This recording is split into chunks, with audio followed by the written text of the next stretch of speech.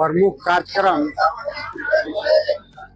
गढ़वा नगर परिषद चुनाव के निमित्त कार्यालय का उद्घाटन कार्यक्रम है और इसका उद्घाटन लोकप्रिय नेता, पूर्व मंत्री और वर्तमान में पलामू प्रमंडल के 9 सीट को जिताने का जिन्हें दायित्व है, प्रमंडलीय प्रभारी हैं, लोकप्रिय नेता हैं आदरणीय भानु प्रताप शाही जी।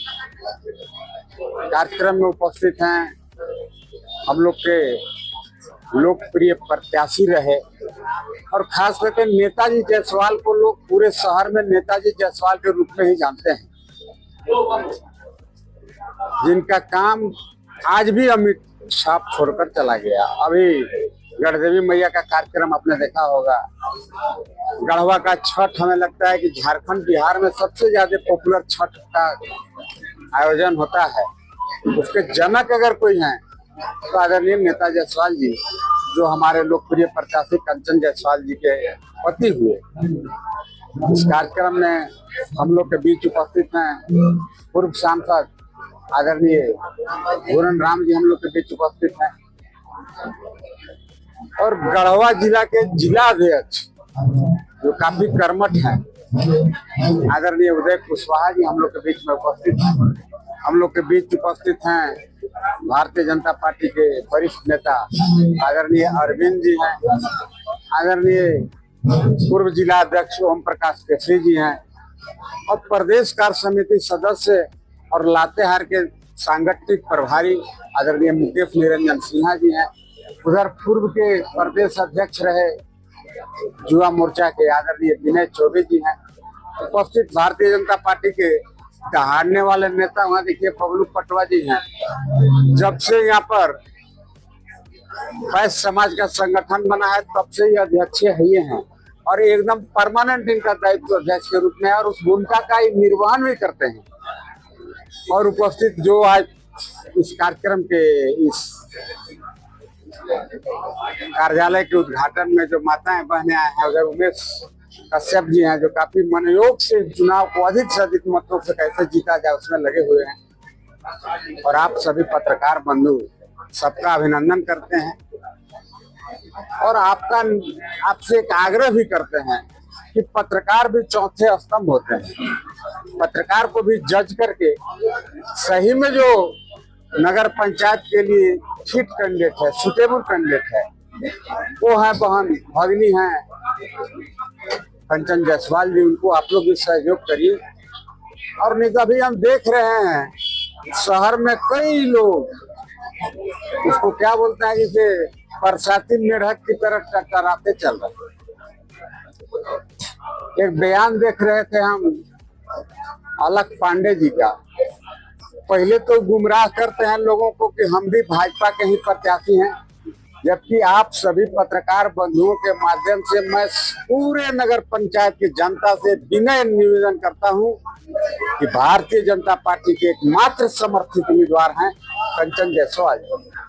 नरेंद्र भाई मोदी के द्वारा समर्थन प्राप्त प्रत्याशी कंचन जायसवाल जी, भाजपा का नेत्री कंचन जायसवाल जी। इसलिए कोई आदमी वैसे लोग जो हम भी भाजपा के कैंडिडेट टाइप के हैं उनसे परहेज करना है। मैं एक दिन और सभा हुआ था, आप लोग प्रेस वार्ता में आए हुए थे। मैंने कहा था कि अलख पांडे जी को चुनाव में कम से कम जाने का कोई हक ही नहीं है नैतिकता के आधार पर। आप पत्रकार बंधु के भी भाई होंगे, बेटे होंगे, भतीजी होंगे, वो लोग भी उनके स्कूल में पढ़ते हैं।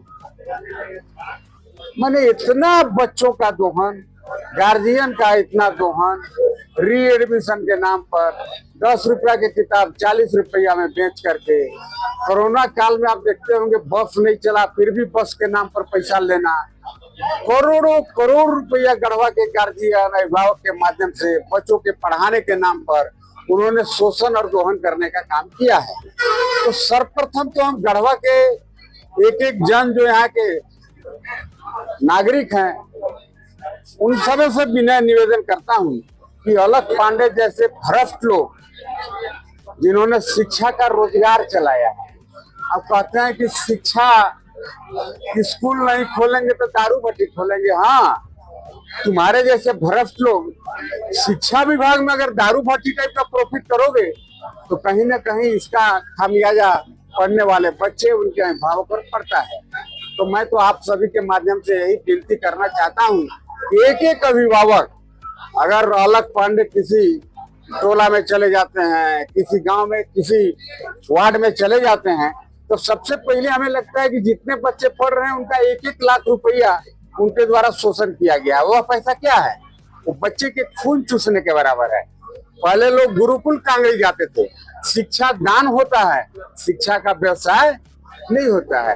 तब तो कुछ दिन के बाद जैसे वो कहते हैं कि हम शिक्षा के मंदिर चलाते हैं, तब तो किताबों दुकान वाला कहने लगेगा कि हम बड़ी बच्चा के पढ़ा रहे हैं, हम किताब नहीं बेचेंगे तो लड़कन कैसे पढ़ेंगे।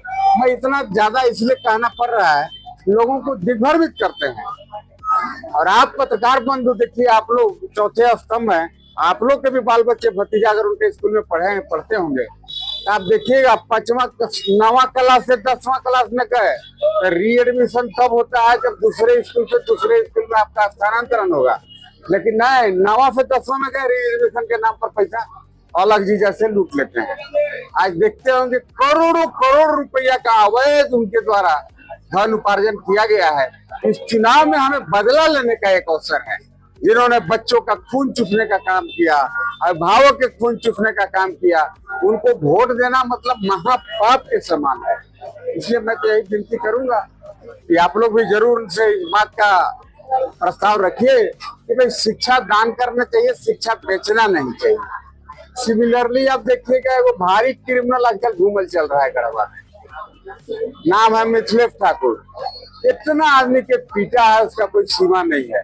अब बालू सब चुरा के बेच दिया।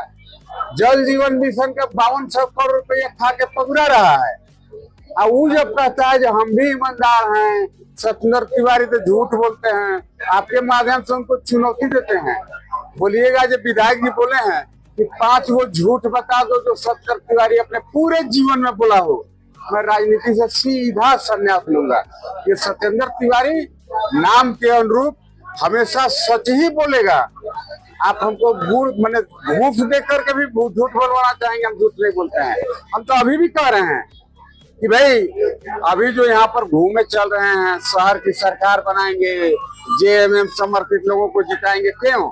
उनका मकसद है शहर के कॉस्टली जमीन पर उनका निशाना है। आज बताइए, 200 एकड़ जमीन मिथिलेश ठाकुर अवैध तरीके से यहाँ पर अर्जन करने का काम किया है। ईडी में उनके ऊपर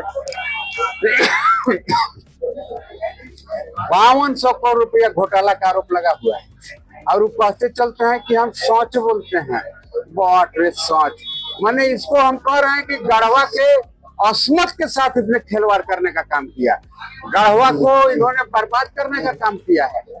ऐसे भ्रष्ट लोग अगर यहाँ से जेएमएम के समर्थन में जिस प्रत्याशी को जिताएंगे, उस प्रत्याशी का किडनैप कर लेंगे, क्योंकि किडनैप इनका पुराना धंधा रहा है। आप लोग भी सुने होंगे कि भाई शशिनाथ झा हत्याकांड जो हुआ, अब उसमें इनका कितना रोल है हम नहीं जानते हैं, लेकिन शशिनाथ झा का आत्मा आज भी भटक रहा है। ऐसे लोग जो दिग्भ्रमित कर रहे हैं गढ़वा में घूम घूम करके कि भाई जेएमएम समर्थित प्रत्याशी को वोट दो, एक्चुअल उनका मकसद उसको हराना है।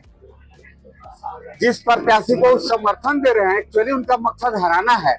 उनका निगाह है अलख पांडे जैसे सरीखे लोग जो गरीब का खून चूसे हैं और उनके जो गुड बॉय की भूमिका में हैं, ओबीडियंट लोगों की तरह हैं। एक्चुअली उनका मकसद उनको जिताना है। मिथिलेश ठाकुर से पूछिए कि गढ़वा में आज बालू 1500 रुपये ट्रैक्टर बिक रहा है। मिथिलेश ठाकुर के जमाने में 5000 रुपये ट्रैक्टर बिकता था। क्यों बिकता था? यही बगल के चले जाइए श्रीनगर भवनाथपुर, आज भी वहाँ के एमएलए और वहाँ के तो 3 एमएलए हैं। अगर ये पूर्व मंत्री जी कहते हैं, तीनों एमएलए को बालू का हिस्सा जाता है, इसलिए बालू आज भी, आप पत्रकार बंधु पता लगाइए, नगर विधानसभा में आज भी 5000 रुपये ट्रैक्टर बालू बिकता है, लेकिन गढ़वा में 1500 रुपये बिकता है। उसका कारण भारतीय जनता पार्टी का यहाँ विधायक का होना है। ये सब करप्शन के डायरेक्ट प्रूफ है। इसलिए आपके माध्यम से सभी लोगों से निवेदन करता हूं कि आप इस बातों को जन जन तक पहुंचाइए, एक एक गार्जियन तक पहुंचाइए, रीएडमिशन के नाम पर, बस भाड़ा के नाम पर।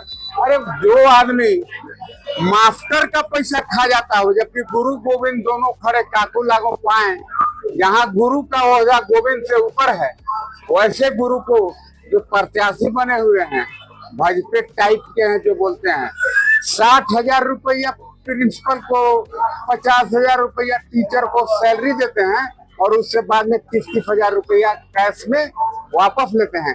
उन गुरु से, उन टीचर से भी मेरा विनती है कि जो आपको शोषण कर रहा है और आज सामाजिक काम करेंगे प्रत्याशी बना है, सभी गुरु लोग से मेरा विनती है, साथे साथे घूमिए, फोटो खिंचवाइए, नहीं तो में से निकाल देगा तो दुखद होगा। लेकिन जो 60,000 पर साइन कराता है और 40,000 वापस ले रहा है, उस गुरु के पीड़ा को जरा पूछिए। आपके भी कोई सगे संबंधी अगर उस विद्यालय में टीचर होंगे, किरानी होंगे, चपरासी होंगे, साइन करते होंगे 60,000 पर और 40,000 रुपया लौटाना पड़ता है। वो कहते हैं कि हम भी समाज सेवा कर रहे हैं। हम बोले तीतीर बगेरी मारे वाला भी समाज सेवा कर रहा है, आदमी के खिया पिया रहा है बगेरी लवा। अरे मर्दे, वैसे लोगों के बारे में थोड़ा लोगों को समझाइए। थोड़ा ज्यादा ही बुला जाता है, क्या करिएगा। धन्यवाद। नरेंद्र भाई मोदी सबका साथ, सबका विकास और सबका विश्वास चाहते हैं।